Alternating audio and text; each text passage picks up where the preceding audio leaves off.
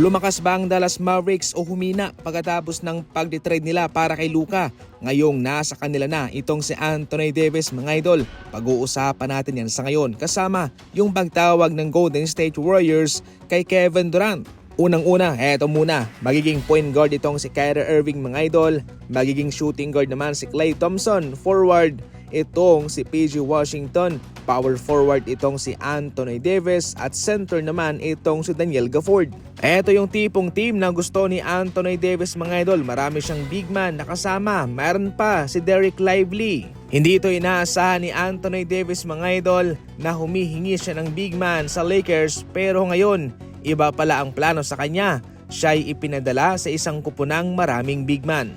Medyo mahihirapan lang itong Dallas Mavericks sa kanilang gwardya dahil napakalaki talaga ang naibibigay na ambag ni Luka sa kanila. Siguradong maninibago rin si Coach Jason Kidd sa kanilang mga execution at mga gameplay dahil majority ay nakabase talaga kay Luka. Kung noon nakasentro ang kanilang gameplay para sa isang gwardya, ngayon mga idol, hati ito. Nakasentro kay Anthony Davis at sa gwardya kay Kyrie Irving. Yung ibang mga gwardya naman ay itong sina Spencer Dinwiddie at itong si Quentin Grimes. Definitely masikip ang guard rotation ngayon ng Dallas Mavericks. Ngunit sa kabilang banda, naging malakas naman yung kanilang center rotation. So as of now mga idol, malakas itong Dallas Mavericks sa kanilang pagkuha kay Anthony Davis. Subalit mahihirapan sila sa kanilang gwardya, sa kanilang rotation dyan. Sa ibang balita, inamin rin naman ng Golden State Warriors na sila'y interesado na pabalikin si Kevin Durant sa kanila pagkatapos ng mabigo silang makuha sina Zach LaVine at Nikola Vucevic mga idol at si Jimmy Butler na hindi naman pipirma sa kanila ng extension contract kung ito'y kanilang kukunin.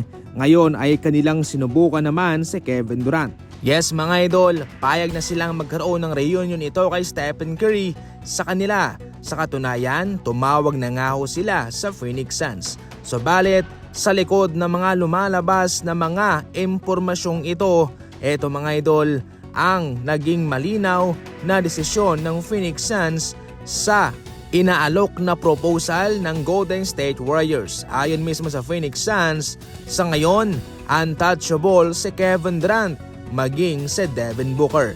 Sa madaling salita mga idol, intact lang muna itong kanilang Big 3 kasama si Bradley Beal. So kahit paano, nag-iisip din, gumagalaw din naman itong Golden State Warriors at sinusubukan naman nilang hanapan ng kapartner itong sa Stephen Curry. Subalit, sa ngayon mga idol ay tila hindi pa naman sila pinapanigan ng panahon.